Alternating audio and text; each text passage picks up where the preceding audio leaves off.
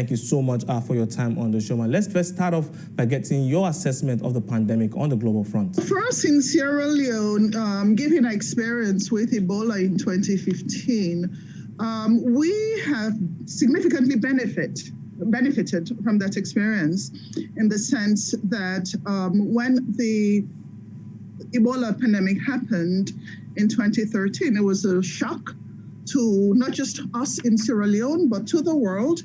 And that enabled us to better manage the corona pandemic vis-a-vis our peers who had not experienced a pandemic of this magnitude. In 2013, the country established an Ebola operations center out of the Ministry of Defense. Now, that center was operational for about 3 years, 2014, 2015, and about 2016. So when the COVID pandemic emerged, because of the experience that we had during the Ebola crisis, it was easier for us to establish institutional structures to have arrangements in place to deal with the pandemic in Sierra Leone. All right, now let's talk about the outbreak and how you've gone about handling it so far. I understand that just before you had your index case, you developed a COVID-19 preparedness plan 3 weeks before this first case came in. I'd like to know how that has been so far. Well, indeed, we had an index case in March of this year. And what the guiding framework in dealing with the crisis is twofold. We have two strategic documents that we're using to manage the COVID response in Sierra Leone. The first is the emergency health response, and that to a large extent is managed by the Ministry of Health and Sanitation. And for us in the Ministry of Finance, the ministry developed an economic response program that's intended to respond to the macro and micro level effects of the pandemic. And those, I'm pleased to say, are in place. They've been adequately resourced and they're being effectively implemented. So vis-a-vis our peers, with our experience with Ebola, we're managing the COVID situation in a relatively seamless manner. All right, but how much is this going to affect your economic growth targets so far for this year? Okay. Well, with respect to growth, of course, like all other countries, we're also experiencing a downward revision to our growth figures. It was estimated before the pandemic, it was estimated at about 5%. And now the projection is about 2 to 3 percentage points downward. So, but we have a good economic response in place with the help of our partners, and even for us in government, we've put mechanisms in place to deal with the pandemic. Unlike the Ebola period, where there weren't any lessons, it was a shock to the system. This time around, we're better prepared to deal with the contact tracing, the surveillance, prevention, and treatment. Our healthcare workers were trained during Ebola in addressing medical emergencies. So that has helped us remarkably in dealing with the COVID pandemic. All right, but let's get into that level of fiscal response that we've seen so far from Sierra Leone and how you're helping to mitigate the impact, especially on the life and livelihoods of your citizens. Sure. Just last month, we actually developed a supplementary budget on saving lives and livelihood. And the supplementary budget was passed in Parliament last month. And in that budget, we basically try to respond to the additional fiscal pressure that emerged as a result of the COVID-19 in responding to both the health issues, strengthening medical facilities, increasing ambulance services, strengthening medical facilities at the border and in the most rural parts of the country. With respect to the economy, we've come up with solutions to address our monetary policy issues, our fiscal issues with respect to ensuring that short and immediate expenditures are met, and so on. So we're in a fairly good position. The response, the support that we've received from our development partners has been very encouraging. On the downside, given the slowing down of economic activity, of course, it's affecting domestic revenue mobilization efforts, and we've struggled a bit with internal revenue generation in Sierra Leone, but the response from our partners has been very encouraging. All right, well, now let's get back to the lessons that we're learning from Ebola and how you're putting things together. And I'd like to know in specific terms, though, how the government has leveraged on the infrastructure built during that Ebola crisis and how you're deploying that in to come up with COVID-19 solutions. Sure. As I mentioned to you, during Ebola, we had an emergency operations center that was established, that was managed by the former Minister of Defense. This time, yes, we do have a national COVID emergency response center that is housed within the Ministry of Defense, but working very closely with the Ministry of Health and Sanitation. Now, the institutional arrangement that we have in managing the COVID is not just limited to national level structures. There's also district level coordination. There are district level emergency response centers that are intended to respond to COVID-19 at the sub-regional level. And we have 4 such centers across the country. And it's through these centers that we are following up on contact tracings, the surveillance that's needed, providing treatment, providing treatment services, and so on. Now, this sub-national structure has proved to be very effective in that we're closer to the victims that are affected by the pandemic.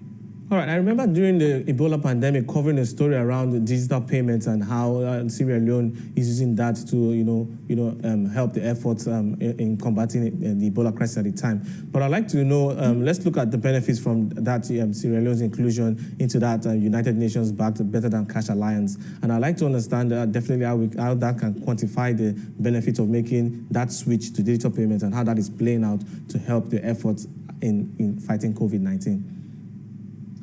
Indeed, Sierra Leone became a member of the UN Capital Development Fund's Better Than Cash Alliance in 2015. Now, at the time, we were setting up, in 2015, the Ministry of Finance was then trying to register the Ebola healthcare workers in its mobile, in ensuring in 2019, I'm going to repeat what I just said. In 2015, what we tried to do as a country was to make the shift from manual cash payments of salaries to healthcare workers to ensuring that the Ebola health workers had mobile payments. That was 5 years ago.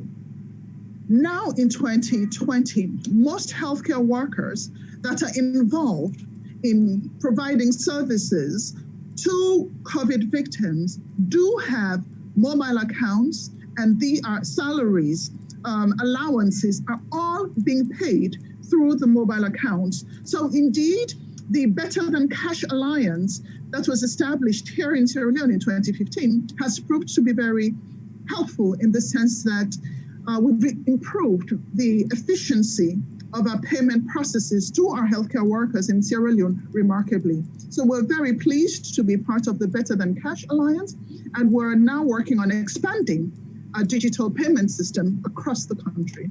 It includes allowances, delivery, payment for medical services to victims, and so on. So because of the legislative progress that we made last year, in improving the digitization of our economy.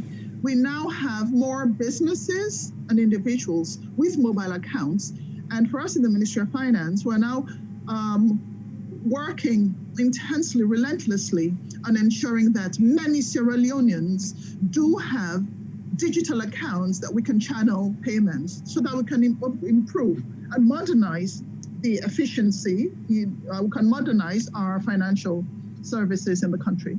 Right, but when you look at the amount of cases that is in Sierra Leone currently, just under 2,000, and I'd like to know of this percentage, how many of that are healthcare workers, and how much do you think this initiative is what is helping to reduce those numbers? Well, in the sense that because more Sierra Leoneans do have mobile phones and do have access to mobile payments, the cash is circulating around the country easier. And with availability of cash, the average Sierra Leonean has access to basic information on how to prevent them from contacting the disease. The National COVID Emergency Response Center has a social mobilization pillar, and that pillar is using SMS, all forms of a lot of different digital channels to promote messages about the prevention of COVID-19. So on the one side, just the basic access to mobile phones through some of the cash that we're providing to communities that do have experienced the disease is proving to be beneficial, because as more Sierra Leoneans obtain mobile phones, more Sierra Leoneans have access to basic information about the disease, and can actually pay for the disease with the mobile payments. Now, one thing we've also done through the economic response is the cash transfer payment that we've set up. What we're trying to do with a national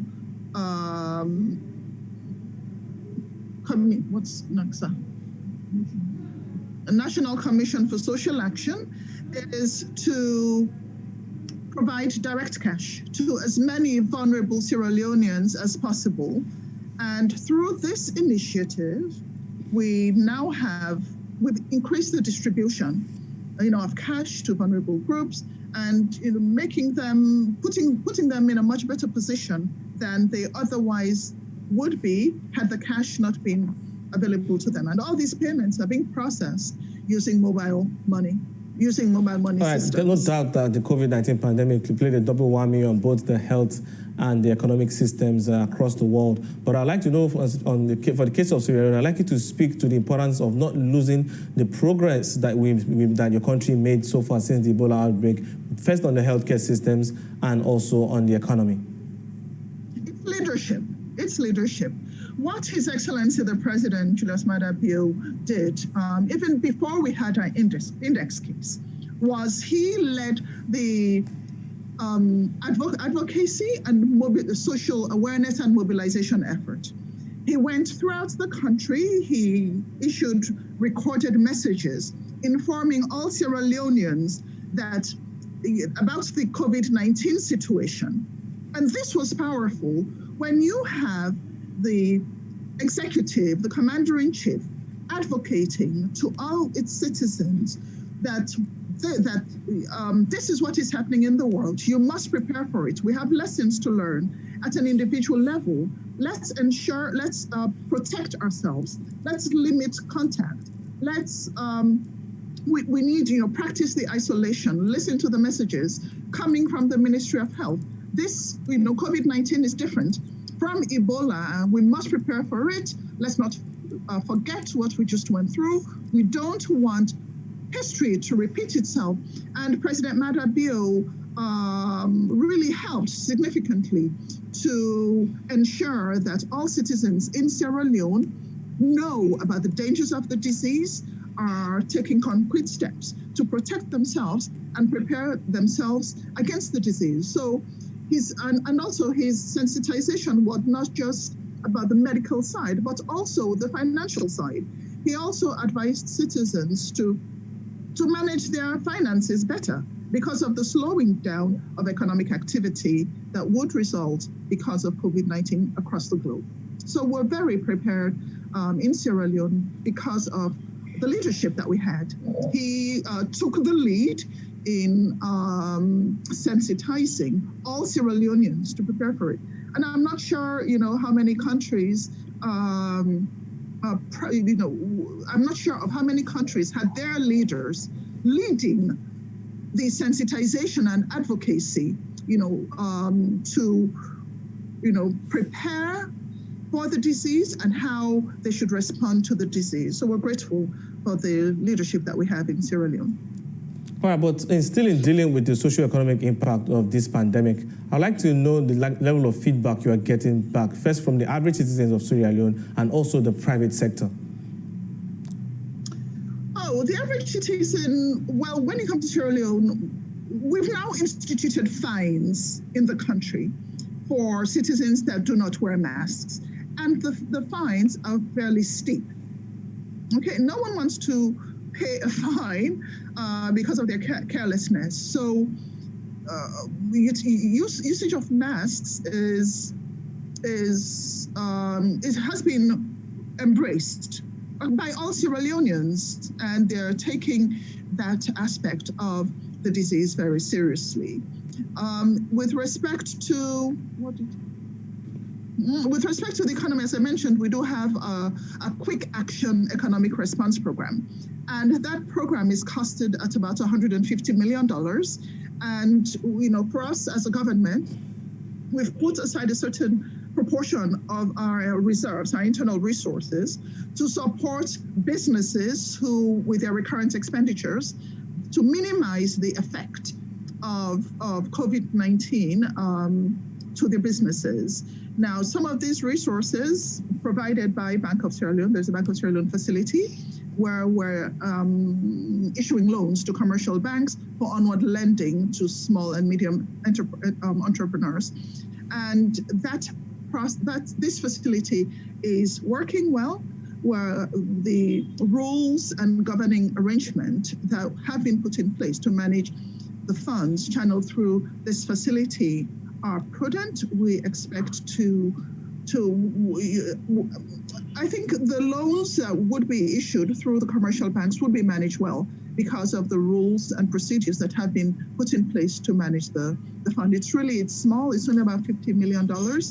And the focus is on, we've identified the sectors that would most benefit from the facility. And the facility, I'm pleased to say, is being managed extremely well. All right, but still on the private sector, though, I would like to know how they've stepped up to the plate to assist the efforts of the government in helping to deal with the pandemic. As I mentioned, we're providing tax relief to our importers and manufacturers of our locally consumed goods. We're providing support to them for the importation of essential commodities. As I mentioned, the Bank of Sierra Leone has a special facility that has been put in place in the tune of about $50 million that has been offered to our commercial banks in Sierra Leone to help our small and medium businesses with their production, importation, and distribution of basic goods and commodities in the countries. That way there's no disruption in their business activity. Let's talk about microcredit schemes, for example. We are now putting together a national microcredit scheme, again, to support our small and medium enterprises, providing loans to small and medium enterprises. That way there's no disruption in their business activity. On the consumer side, as I mentioned, we have a safety net program in place where we're helping the most vulnerable with, small amounts of money. That way, they can at least afford their basic goods, they can pay their rent and so on. Given either if they've either been unemployed, or their small businesses are not functioning, and so on. At least the small cash, the small amounts of cash that are being distributed to vulnerable groups would be used to ensure that their basic needs are addressed during this period. All right, but I can imagine the stress of all of this on your country's budget, and I would like to talk about the kind of funding support Sierra Leone has received from international partners. In June, I know your country received about $143 million from the IMF, as well as funds from the AFDB as well. I'd like you to talk about these interventions and how they're helping you to close these financing gaps.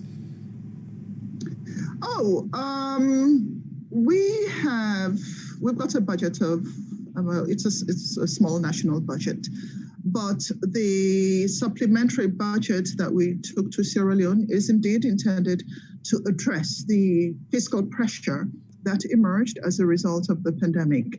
The support, I'll just quickly give you a rundown of the budget support that we've received from our development partners.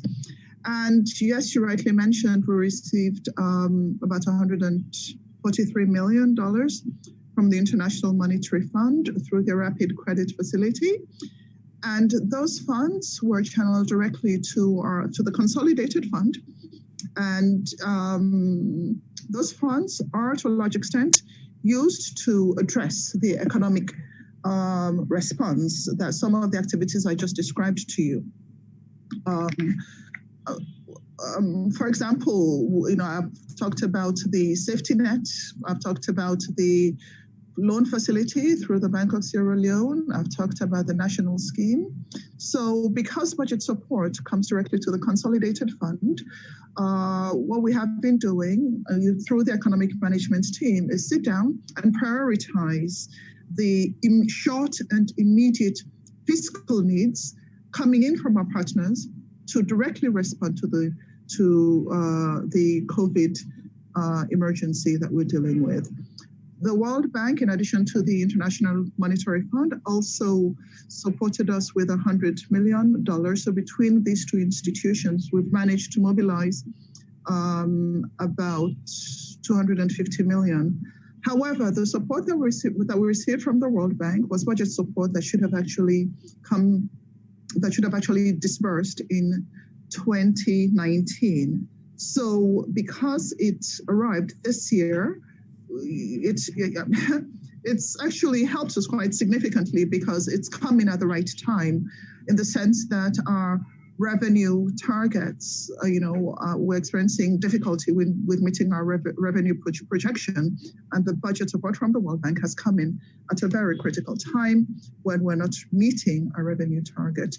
The other regional development banks have also helped us, the Islamic Development Bank and the African Development Bank, as well as the European Union. So together, these funds are helping us to address both the economic response, the economic impact of COVID-19, as well as the health impact that we're experiencing in Sierra Leone.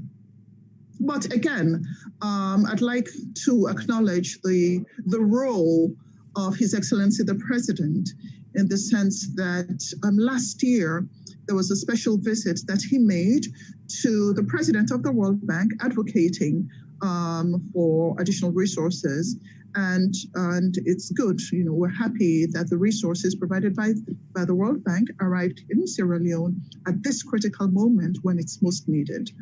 All right, Dr. Patricia, definitely all the best of luck as your country continues to grapple and deal with the impact of the COVID-19 pandemic. And I understand that things are going on smoothly. So, well, thank you so much for your time on Beyond Markets today. I've been speaking to Dr. Patricia Laverley. She's the Deputy Finance Minister of Sierra Leone. And